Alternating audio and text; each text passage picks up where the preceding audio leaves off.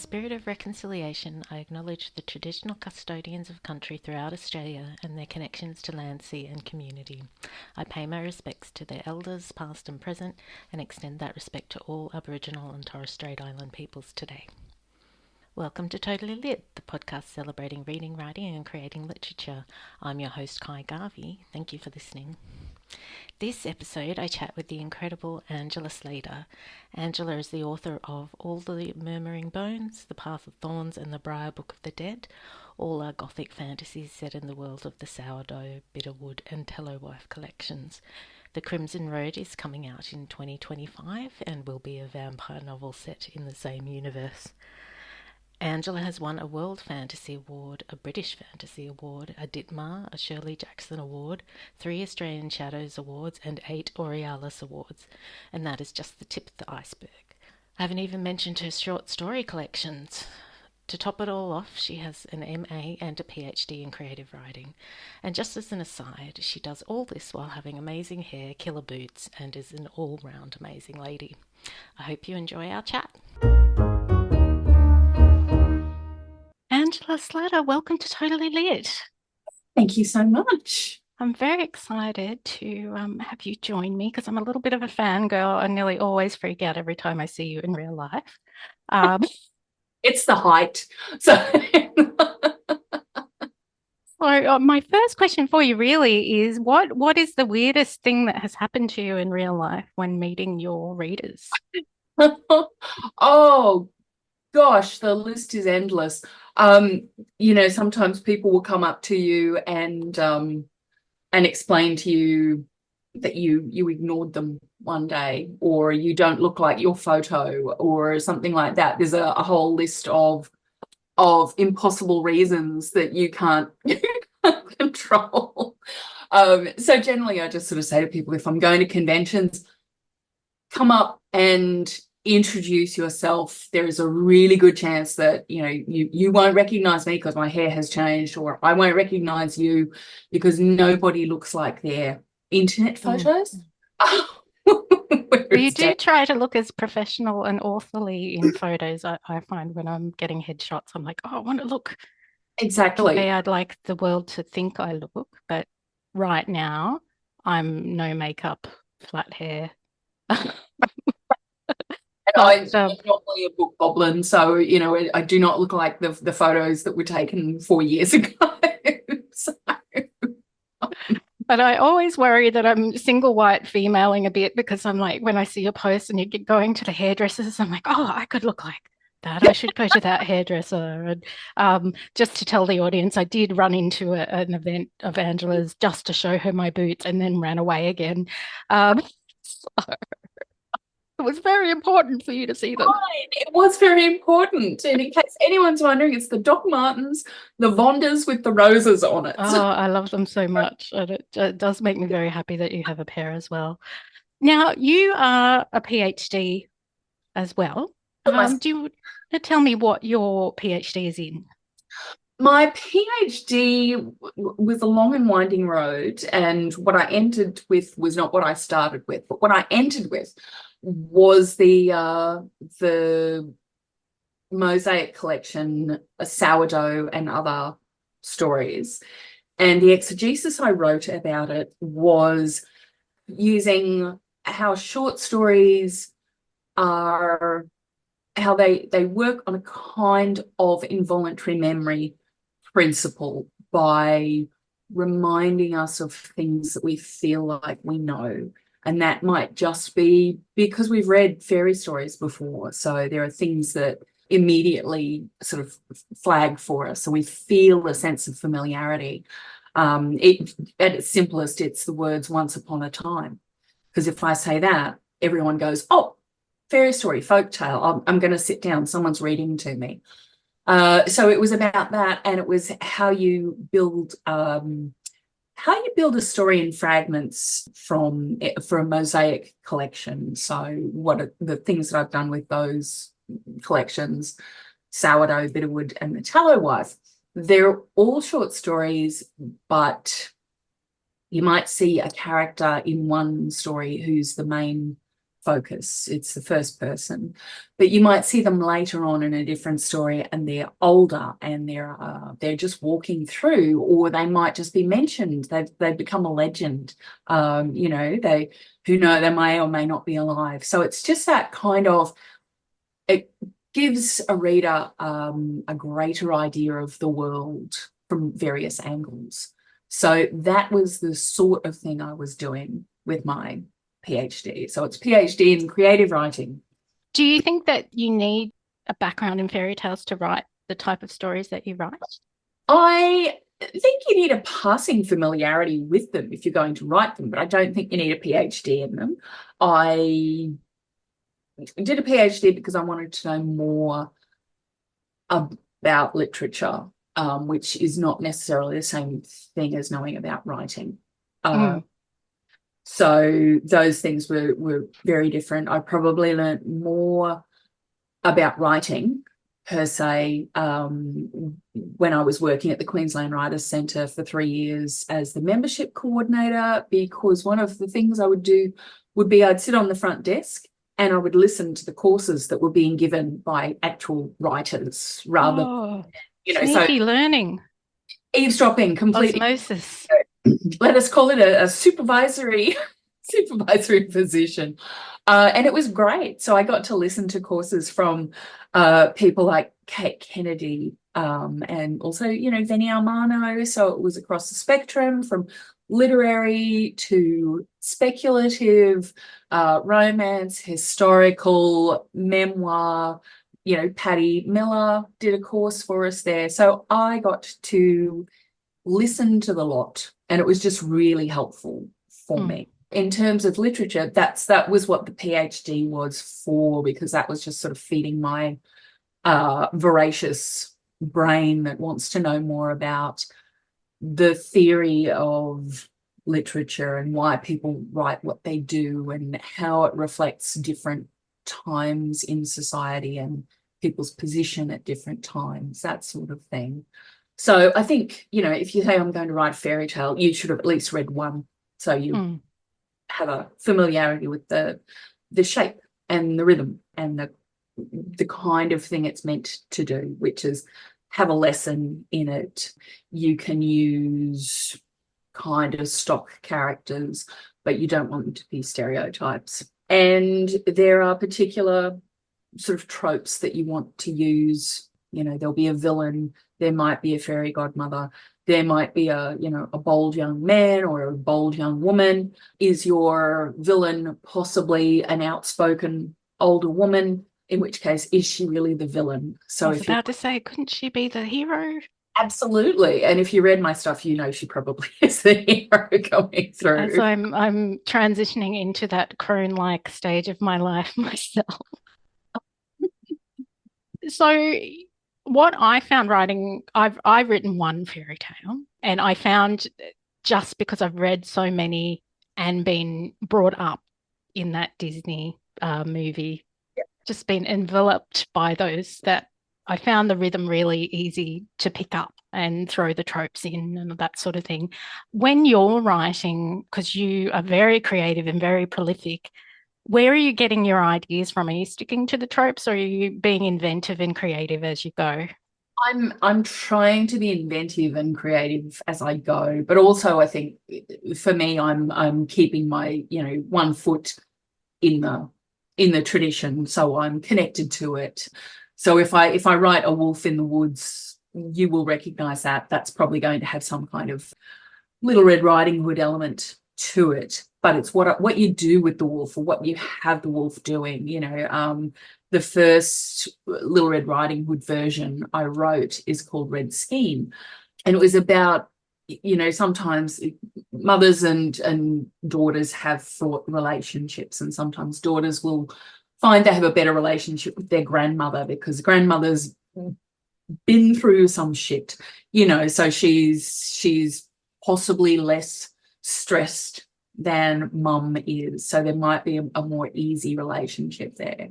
So Red Scheme was sort of about that tension between mothers and daughters, and that sometimes your child is not like you, and that can be a huge stress to a mother. I think part of that is sort of rooted in either you want to see yourself in what you created, but also the behavior, feeling responsible for the behavior of your child. So, and if you can be obedient, then why can't your daughter? So, and the thing for me is to teach your daughters not to be obedient, teach them to yell and scream and not to be afraid of someone not liking them. There's a bit of girl power. Yeah. And just sort of reclaiming those stories that have been turned into the Disney princess stuff and going back to the older ones that feel a bit more dangerous and a bit more bold and can be a bit more distressing. And so was that you going back to like the Grimm fairy tales, or have you done a bit of research in other areas as well to get a knowledge of those older stories? All sorts. And the thing is, the Grimms from their first edition of their fairy tales, those are ones that they took from the old tellers. They would go around and interview storytellers who were often women, and they were just sort of taking those oral tales down, writing them, putting them into the book over a period of maybe 7 years or so, and several editions of the book. A process of editing happened with those. So, so it took the voice away from the young girl characters. So they became they had no agency. They were there to be acted upon and rescued or abused and that kind of thing. And then by the end of those editions, the characters who spoke most were the bold young boys and the women who wanted too much power. And so they always end up being the evil queens, don't always they? end up being evil queen. Look, if I get a crown out of it, I'm okay with that. But I did go back and sort of read a lot of the ones that came before, wherever they were, and ideas of the oral folk tales, that were spoken and that were carried around that way, like your bards and your storytellers who journeyed from town to town bringing news and telling fairy tales and telling stories, to when they were warning tales, saying that, well, if you leave the safety and comfort of the fire, there is a really good chance you are going to be eaten by the wolf in the woods. So they're warning tales, basically trying to keep people alive, and also to explain natural phenomenon that weren't understood at a particular point. What the lightning was, what the rain was, how crops grew, how people got pregnant, all of that kind of stuff. There wasn't necessarily the understanding that we have nowadays. Although I think that there's the popularity of these stories that have these elements in them it's still there, even though we have a better understanding of the world. People still want to read the fairy tales. Yeah, and they're constantly adapted over and over, and everyone can put their own spin on it. So, and the shape of an African fairy tale is different to a European fairy tale, but then you have this kind of there's versions of Cinderella in ancient Greece. There's versions of like a fern girl kind of tale in Mongolia and China, but then also in Europe, that are all very similar. So, how do they travel? What happens there? How do they get adapted? And that's really fascinating to me, that the appeal is so broad and lasts for so long. I think maybe it's because it's out there, our childhood stories. And there's something about whatever version of your once upon a time you heard, it puts you into a place of listening. It's preparing you for story. So there's something very primal about that. Do you think too that it's just about that it's a good story as well? Like if it follows that whole hero's journey arc, it was good then and it's still good now? I think so. I think it works that way. But I mean, the hero's journey is very European. It's if you're looking at African fairy tales or Asian fairy tales, they don't necessarily have the same rhythm. They don't necessarily go for the 3 acts. So as people brought up in a white Western culture, we're used to that hero's journey idea, and it has come through in the films, so it certainly works on a lot of levels. It's not the exclusive way to tell stories, but it's recognizable, and I think we get trained into rhythms. Movies, 3 acts, we know what should be happening, we know what we should be feeling. And if you're a writer, I'm impossible to watch a movie with, because I'm picking it apart, and I'm working out where's the midpoint reversal? Oh, that's not very good. So it's whether you're consciously aware of it, like writers, or subconsciously aware of it, that you should be seeing something at this point in the movie that makes you feel a certain way, then we've kind of all got that. It's like programming, I guess. And I think too, the rise of Netflix and all those streaming services, I think, is seeing a change in the books that we're seeing produced now as well, because we're starting to write to have those cliffhangers and replicating that binging of series as well. And the whole, is it sequel-tacular, or do we go into season 2? So is this book adaptable in a filmic way, or is it adaptable to 8 to 10 episodes, or the weird 7 episodes that we sometimes get? I think that I don't know if all writers are actively trying to do that, but maybe there's something in just what we see around us that is building that in as a habit, unconscious sort of mechanism. So when you're starting, where does the spark begin? Is it you researching fairy tales, or is it you thinking of an idea and then embedding those archetypes into it? I will get a character, or I'll get a first line, and it will come from weird places. I might not be actively researching anything, but the one that happened the other day, because this came in the mail from the wonderful Sharon Blackie, it's an arc of her new one, which is Wise Women. Oh, very cool. And I was flicking through it, and there was a quote from a German folktale, which is, "If the devil can't come, he sends an old woman," which I thought was a fantastic quote. And I needed to write for the Dutch translation of Bride Book of the Dead. I promised them a little bonus tale that hadn't appeared anywhere else. So I'd been tossing around in my head, what would I do? And then I read that quote, and I thought, I can tweak that, and that gives me a story. So, so I tweaked it to, if the devil can't come, or if the devil's busy, he sends an old woman. If God's busy, he sends another. So I thought, there you go, you get 2 old women for the price of one. So it's better for 2 old women to Two come old women. than one.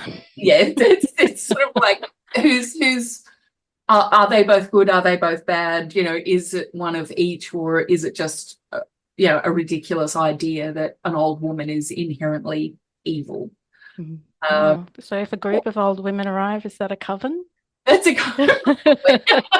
Or the CWA, as long as they bring cakes. As long as there's scones, it's fine. It's scones. But so that gave me very quickly, like in the space of 2 hours or so, an 1,100 word little bonus story to go in with the Dutch translation. That I'm really proud. Is that like a special little gift for readers?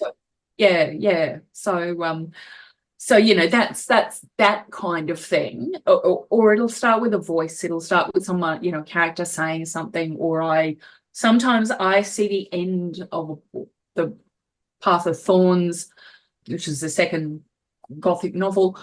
I saw the end of that book before I knew the beginning. I knew who the character was. I knew Asher Todd, and she had done terrible things, but I also knew she tried for redemption and she had good reasons for doing her terrible things. So it was a matter of saying, well, and I wrote the last scene of the book first, and then I walked back from there and, thought, what kind of setting is it? What kind of characters populate it? How do they all, bounce off Asha and what she needs and wants and what she does?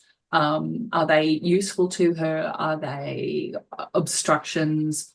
What's she going to do? What will be the worst thing she does? What will be the best thing she does?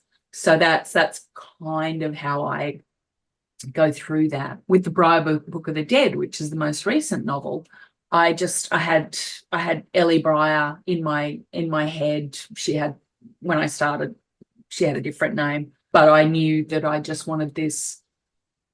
There was this girl, and she was born into a family of witches, and she was the only non-witch born for 300 years. And I thought, how does that shape you when you are utterly different to everyone else? The black sheep of the family. The black sheep of the family, and the whole idea of if everyone's magical, if everyone's special, then no one's magical. But what if I have this one character who doesn't have any powers, but she ultimately has to be the person to solve the riddles and the mysteries of this story, and all the while fighting against her own sense of self-worth, her own nerves and anxiety.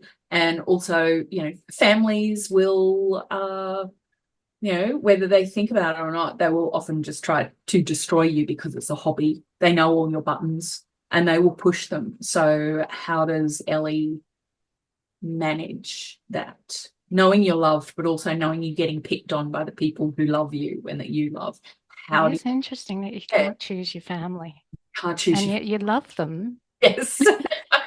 But yeah. So that's kind of the stuff that I was thinking about for her. So, and when I'm doing like a larger narrative, a novel, I will be, because I insert little bits of made up folklore that are part of the world of the story. So with all the murmuring bones, which is sort of our sea creatures, mer creatures. I love that one. And you surprised me. I was expecting it to be one way and it was completely different. And I did love your robotic mechanical creature. Yeah. I don't even know what animatronic person. Yeah. I loved that. And I expected, I shouldn't say the ending. I expected the outcome or the creature at the end to be very different. And I was like, oh, okay. So, I enjoyed being surprised right through that book. But I didn't realize that you make up your own folklore. I've been assuming that you're borrowing or taking from things that you've read. Some of them are borrowings, but mostly it's an adaptation of something I've read. Like in The Path of Thorns, there's a story about the good wolf, which was, I think, a Bulgarian or Russian fable. So I took the core of it, which is that during winter the wolf mother feeds starving villagers. So as a result, they kind of become werewolves at some point later in their life, because they've taken on the milk of the wolf. And that's a little bit of a mix with an Irish folk tale about one of the saints finding a village of people who worship the wolf spirit. But then there's the one about wolf wives, and that came about because that, if a woman goes into the woods at night and looks into a pond, which is, a bit of traditional witchcraft lore, that kind of thing, she'll see her husband. But this is about her seeing the wolf there, or if she meets the wolf there, that's her husband. She'll become a wolf wife.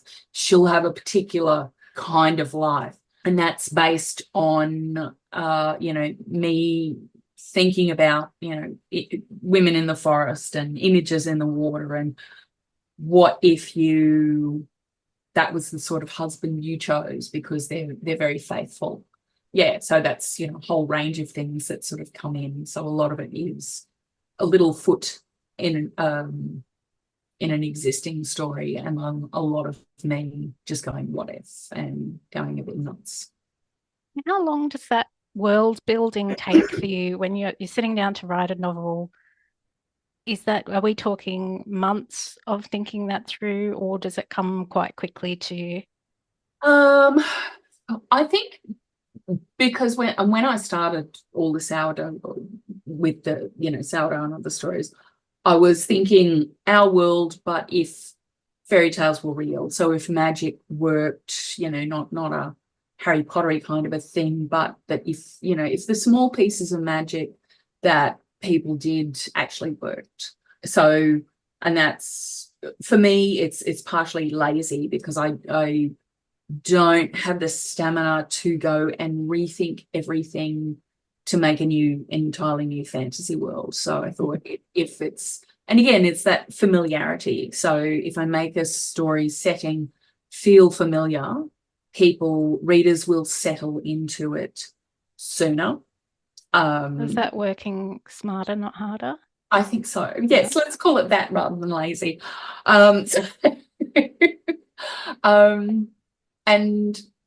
so I just, I make up these names that I quite like, and I think which particular elements of existing civilizations or cities do I like that I'm going to kind of build into this. So those ones will generally, I started off with English and German Middle Ages, Renaissance, French Renaissance, for how it looks in my head, and whenever I'm sort of describing something to poor Kathleen Jennings, who has to do artwork for me, Beautiful artwork as beautiful well. artwork, and a challenge I'm very sure, because I say if you could put a Renaissance bodice on a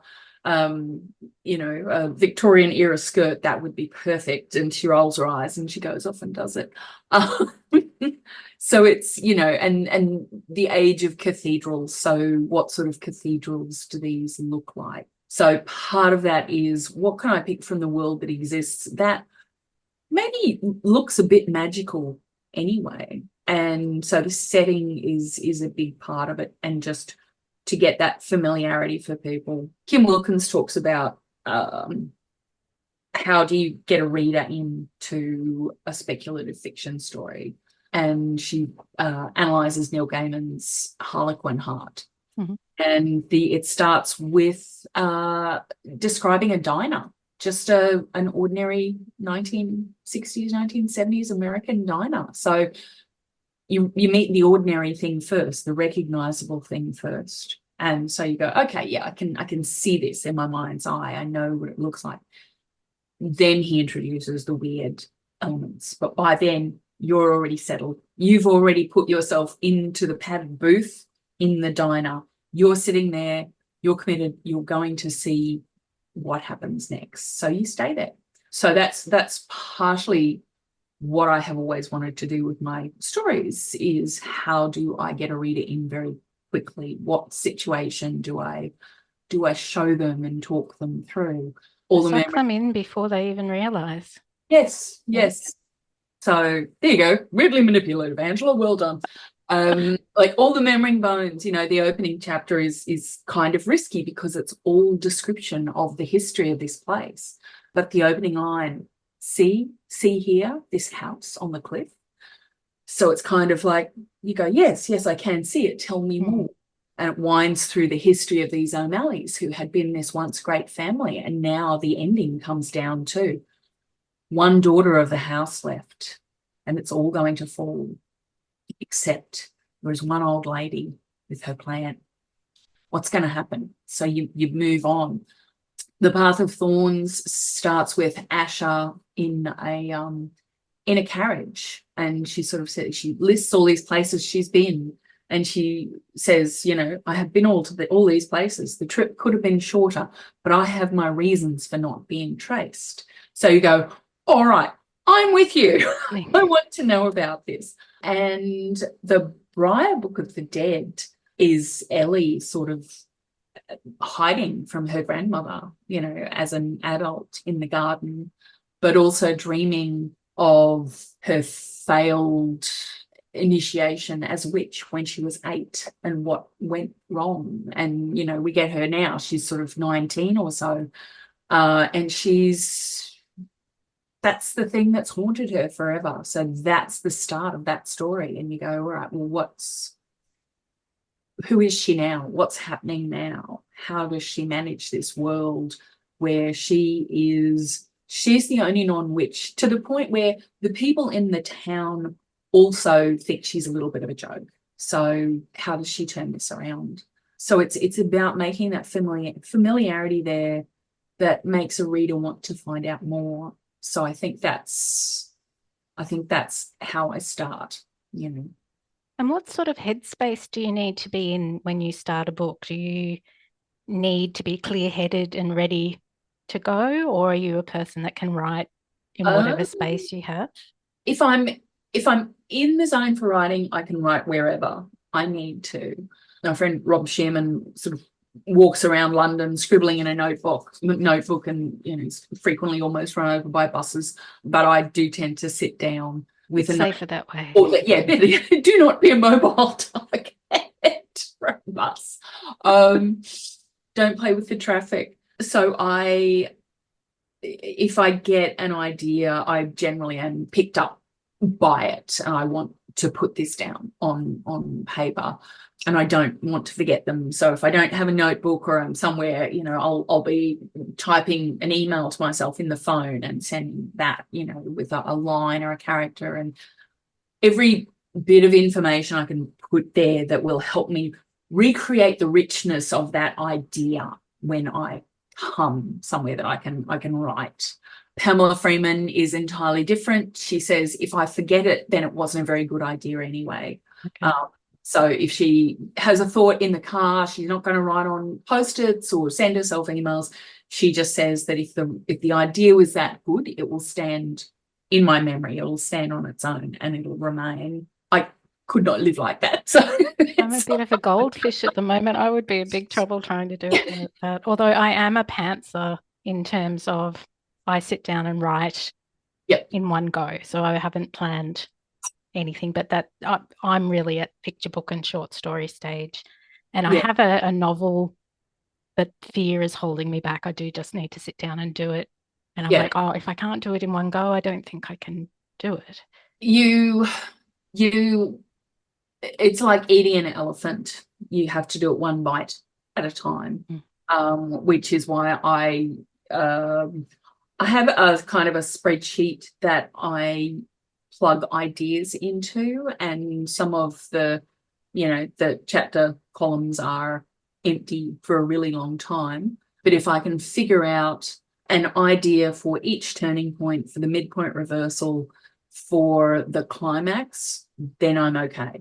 So it's kind of like knowing, lighting the beacons, Gondor calls for aid kind of thing. I get to one beacon and then I can see my way ahead. So it gives me a bit of a guideline. And, there's no one except the inner critic in your head telling you can't do it. And the thing is, your first draft is going to be incredibly ugly. It's going to be brain vomit. And that's why we have editing. And editing is clean up on aisle 7. No one's ever going to see your first draft. It's just you getting your ideas out. And because I've been doing this for a while, and I handed in my 7th novel last couple of months ago, and then the edit on it last week, my first drafts get better, they're stronger. I have because I've done it so much, and it doesn't mean, because every novel's a different baby, it's not going to be the same, but you will have kind of a toolkit of things that you can fall back on. And if you think, all right, I think I encountered this problem with the last one, what did I do then? It might not give you the right solution, but it shows you that you have overcome it before, so you can overcome it again. And I just think if you hold your novel down long enough, it will submit. Keep writing. Sounds like a battle. Yeah, it is a little bit. Just stubbornness, a little battle of wills. So when did you transition? Have you always been a writer, or was there a point in your life where you went, I'm going to do this professionally? There was a point in my life when I hit 37. I'd always been a huge reader, and I would always retell myself stories. I started, scribbling in my teens, but never sent it anywhere. I was in Sydney and I was working there and pretty miserable in the job. And I had moved to Sydney to get more life experience and to so I could feed that into my writing. And I was so busy for 4 years working that I didn't write a thing. And I was in my office one day and a cousin rang and said that they had bought a place up at Mapleton and there was a granny flat. And if I wanted to move in with them to write, they would love to have me. So A generous offer. That's so a beautiful generous gift. and absolutely like life-changing. You can't always point to a moment where things changed. That was it. So Lisa and Steve, thank you. And so I spent 6 months up there writing everything and doing it badly, but at least I knew that I was doing it badly and I needed training. So I enrolled in QUT's postgraduate certificate in creative writing, and I did that. And then I enrolled in their Masters of Research in creative writing, and I did that. Now I enrolled in the PhD program, and I did that. And I kept getting published that way, which was helpful. And then I had gotten to the point I thought, I don't want to go to my grave never having tried this. I don't want to be fearful all the time. And I think that was sort of the moment of going, you have to do this for no one but yourself, and you can't worry about what other people think, because that's the old fear is the mind killer kind of thing. The voice of other people is what will stop you from doing stuff. I have to admit, that fear can be crippling. Like, I'm quite a shy, timid person naturally. So for me to push myself forward is a challenge, which is why I'm so weird when people meet me, because I'm making myself stand out when I'm usually like against the wall. But I keep telling myself, think of all the things you're going to miss out on if you don't do this. And my pushing myself forward to write and to do the podcast and things like that has been giving me so many wonderful gifts. Yes. Like, I've met so many wonderful people and had some amazing experiences, and it wouldn't be unless I was just going, do it. You make yourself do it. So I totally agree. And it's hard. It's exhausting. I'm an introvert, but I have spent the last, oh man, I've been doing this for 20 years now. I'm forcing myself to develop a persona that can go to conventions and talk to people, that can do festivals and sit up on stages, or can do speeches or public readings. The first public reading I did, my knees were shaking so much, my voice was shaking so much. I thought I was going to die. I thought I was going to have a complete heart attack. But I think eventually I just got to the point of, what's the worst thing that can happen? Literally, what's the worst thing that can happen? And it's not win or lose, it's win or learn. So even every failure is a way of learning and improving what you do. And that applies, no matter what profession you're in. When you're born and you start walking, you don't start walking immediately. You lie around for a bit, and then you start rolling from one side to the other, and then you crawl, and then you start to walk, and you fall over quite a lot. You'll be happy through that process. through that process. So I think you just need to kind of reach back and go, and I see with particularly a lot of young writers that they think that their first draft has to be perfect. They think that it's one and done. And I have done this. I've finally written my, rewriting of Star Wars, and they think it's going to be published, but they're not able to criticize their own work. They're very insecure when someone else is saying, okay, well, your spelling and your punctuation need attention. None of these things should destroy you. You're not being shot. It's you will get up again, and you may not think they're right, and that's fine, and they might not be right, but it is about making yourself and your story as robust as possible, because the world's, there's a lot of stuff in the world that we don't like and we don't enjoy. But I just think that you have to, if you want to do this, and not everyone wants to be published. That's the other thing. Some people just love to write without sharing it at all. My mum and my uncle both write poetry, they don't want to get published. That's just their creative outlet. And this is the thing for me. This is my creative outlet. I'm a terrible artist. I am no good at sport. I cannot knit to save my life. We have so many things in common. But I can write. And that for me is absolute joy, to be able to get a sentence out that I think, that's rich. And I feel like someone will not only be able to see what I'm saying, they'll feel it.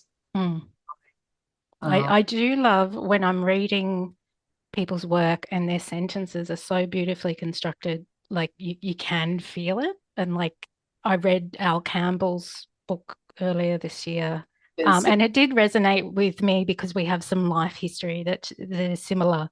But oh my goodness, I was like, if I can write sentences like that, I'll be a happy woman. And that's the same with your work. I feel you're writing. Reading Hannah Kent's book at the moment as well, and that there's been a few sentences where I've just gone, oh, I can't steal that, but that's amazing. Not every sentence has to sing, but you need good functional workmanlike sentences to take you from this singing sentence to the next singing sentence, because it makes them stand out then. Otherwise, it just looks like a bunch of sequins, and there's no differentiation. Well, you can't put all your gold on one page either. Exactly. You need to space it out a little. Blinding. So now I've got a few questions for you, just for my audience to get to know you a little bit better. So these are my quick fire questions. Did you have a favorite book growing up? I did. I think it was probably Enid Blyton's Children of Cherry Tree Farm. Oh, amazing. That's a good one. And do you have a favorite book character? Who would it be? Oh gosh, that's all too much. I think that I would have to choose from Tanith Lee's Knight's Master. There's a character in there who's the god of death, Azran. The god of death. Yes, and that's a heavy character to be. I think those books, because they have had such an influence on my own writing with the mosaic nature of it, and I read them when I was probably 15 or 16. Or Kia, who is in Jane Gaskell's Atlan series. So again, that's my teenage stuff that's still there, and I still read. I'd still comfort read. So, is there something that you're reading right now? I am reading a lot at the moment because I'm just finishing up World Fantasy Awards judging. So talk to any. So that's like homework. That's like homework. But I've had a couple of things come in that are not for judging, and I'm just going, oh, I'm so going to enjoy reading you in about a month. So, and one of those is actually Val McDermid's Queen Macbeth. So amazing. That's sort of just quite a short novel, but it looks beautiful. Now, if there was a dinner party at your place, who would you invite? 5 literary people. Oh, I'd have to get someone to cook. Charlotte Bronte. Yep. Tanith Lee, Kelly Lake, who at least has the advantage of still being alive, Alex Harrow, and probably Mary Shelley. So Oh, yes, that would yeah, be a great I party. think that would be interesting dinner table conversation. Now, what advice would you give yourself if you could go back to the beginning of your writing career? Oh my God. I think it would come down to confidence and that kind of thing, which is basically no one really knows what they're doing. So just keep going, because if you stop, it has to be your choice and not because someone said something to you that you thought was mean. But my friend Angie Rager said to me once when I was having a bit of a despair, she said, Ange, it only stops if you stop. So the career only stops if I stop. So I am allowed to rest. I am allowed to have a couple of weeks where I don't write because I'm completely empty. I am allowed to have a hissy fit every so often, but I don't stop. I rest, but I don't stop. That's I've had to teach myself to rest. And I'm actually on leave for a little bit at the moment, and I've been procrastinating for like 4 weeks. And wrestling with the actually you're allowed to take a break when you need a break, and Yeah. you're better for the people around you if you've had some rest. Although I am in like my head is still in the podcast planning and the picture book submitting, and I've been doing a bit of research about, because I'd really love to write sort of middle grade, maybe early YA that embeds some folklore in it. And so I'm starting to do a bit of research around, like, because my background is from the UK, so we're part Welsh, and then we've got a bit of family that came from Walsingham in the north. And I'm like, oh, I'd really love to get some folklore or some legend from those areas and embed it. But I am kind of just dilly-dallying at the moment, so I need to start really just shifting gears, because I'm 46 now, so I'm like, you've got to do these things because death is near. No. Well, look, I said to a friend this morning who was sort of going, I'm nearly 60, maybe it's too late. And I just went, no, it's not too late. It is never too late. And again, it only stops if you stop. And particularly I find with a lot of women writers, for so long you have demands on you that are family and work and home and everybody else. So you put yourself second, and as I said to her, you don't have to spend your life holding the door open for everyone else, for them to go through their opportunities, because go through to your opportunities. You are allowed to do that, and someone else will always come along and open the door, and I think and hold the door. And I think we all have like a part of an apprenticeship, which is how to hold the door open for other people, which is generosity and sharing and facilitating. But you should not do it all the time. You need to, I had to do that with myself a few years back. I'm just saying, okay, I have held the door open for a lot of people, and it's actually put me back. So no one's going to give a rat's ass when I'm dead, which was an excellent door holder. How about I would prefer to be an excellent bestseller. So let's go with that. That's what I want. And also, full disclosure, I speak from the point of view of someone who doesn't have children and who doesn't have a partner. So, but what I do have is that this is my job. Writing is my job. I don't have any other support structures there. So I can devote as much time and energy I want to this. And I would also always say to students, if your family are not allowing you to have the time you need to write, you are the person who has to quarantine that time. And you are the person who has to respect that boundary, because you're the only one who gives it up. So, just sort of say to them, if I'm writing, I'm happy. If I'm not writing, I'm unhappy. And if I'm unhappy, you're all Everybody's going to be unhappy. So mummy's time is from 2 to 4 on, every afternoon. Do not knock on that door unless something's on fire or you're bleeding. That's it. I have to say, my kids are 18 and 21, Yep. and really just in this last couple of years where they've matured and have been able to stand on their own more has really enabled me to write. And my wonderful husband, where the first year we met, he bought me a laptop for Christmas, and he was like, I believe in you. And he has allowed me and empowered me to do this. Whereas in the past, there was no time to write or to even dream of writing, and he has been really supportive. So that's not rubbing anyone's nose. No, and Just finding that person that's supportive of your dreams, and that you can be supportive back to, has been what's helped me. Although what's holding me back at the moment is me, in terms of being the fear of that, trying something big and having that fear of, oh, what if I can't do this? I've talked about it for this many years.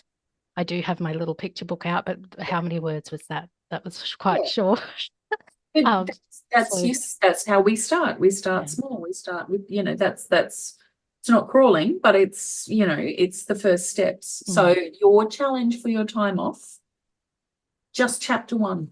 That's all. Yeah. I've just got to sit down and do it. Yeah, and don't sit there going, oh my God, but then look at all the other chapters behind it waiting. Just go, no, chapter 1. That's all I do today. Chapter 1, and it can be 1,500 words. It can be 1,000. I think that's the thing, being realistic about your word count, in terms of when I'm thinking of an author, they're sitting down writing the whole book. But doing 1,000 words is actually okay. It is. And again, I would say to students that even if all you have as your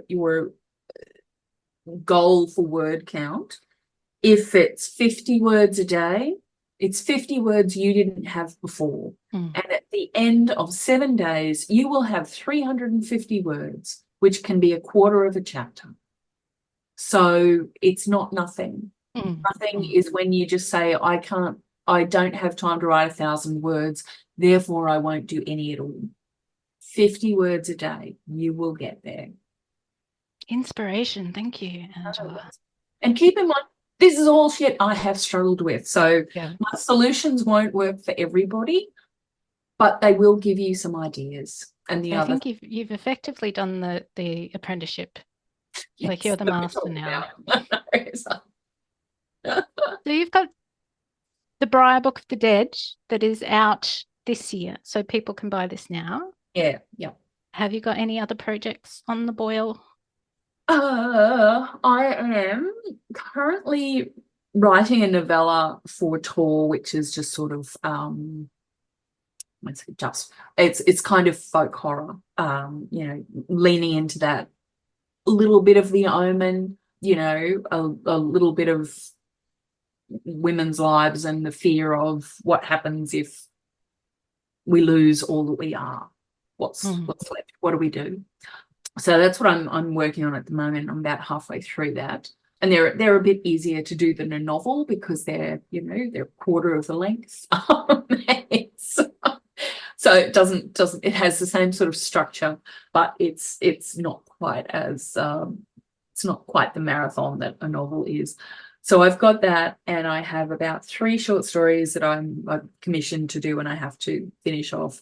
And the next thing after that, because I finished The Crimson Road and have handed that in, that's sort of starting to go into the editing phases, developmental copy, proofread. And the next thing I have to do is start the next novel, which is called A Forest Darkly. So sort of about not a young protagonist this time. It's a woman in her late 40s, early 50s. Menopausal, grumpy witch in the forest. What do you do when the sins of your youth come back and haunt you? You've spent the rest of your life trying to atone. Every young woman's, old woman's fear. Yeah, All Yeah. those things and mischief you get up to. So- Oh no. What if a lot of us were lucky and we got to have our youth without camera phones around and the internet and, all the things we did, no evidence. Thank goodness. I would not want to be growing up now at all. No. So this is Mayrab, who's the witch in the forest. And sometimes she acts as a sanctuary for young witches on the run. But again, she's done stuff in her youth that she's not proud of, and it's coming back after probably about 30 years. So what is going to happen there? That sounds delicious. I'm looking forward to that one. So I got to do a wonderful session with you called Ask Me Anything recently. And I just wanted you to share with our listeners what that session is like and if that's available for anyone to purchase. It is a 45-minute session for $75. And you can ask me anything. You can plot noodle for your story. You can ask me how to better fix your characters. You and I had a very wide-ranging one across, shifting from picture books into other stuff and getting, finding more publishers and a bunch of other things.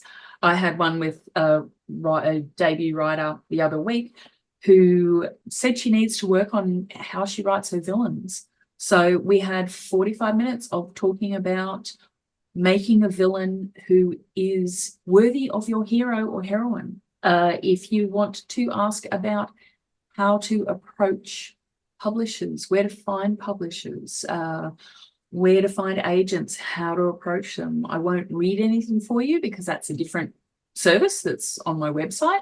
But basically, ask me anything you want to about the publishing and writing industries. I've been doing this, as I said, for 20 years. I can talk about a lot of things. And if our listeners would like to reach out to you, what's the best way to contact you? My website is www.angelaslatter.com, SLATTER, just to be difficult.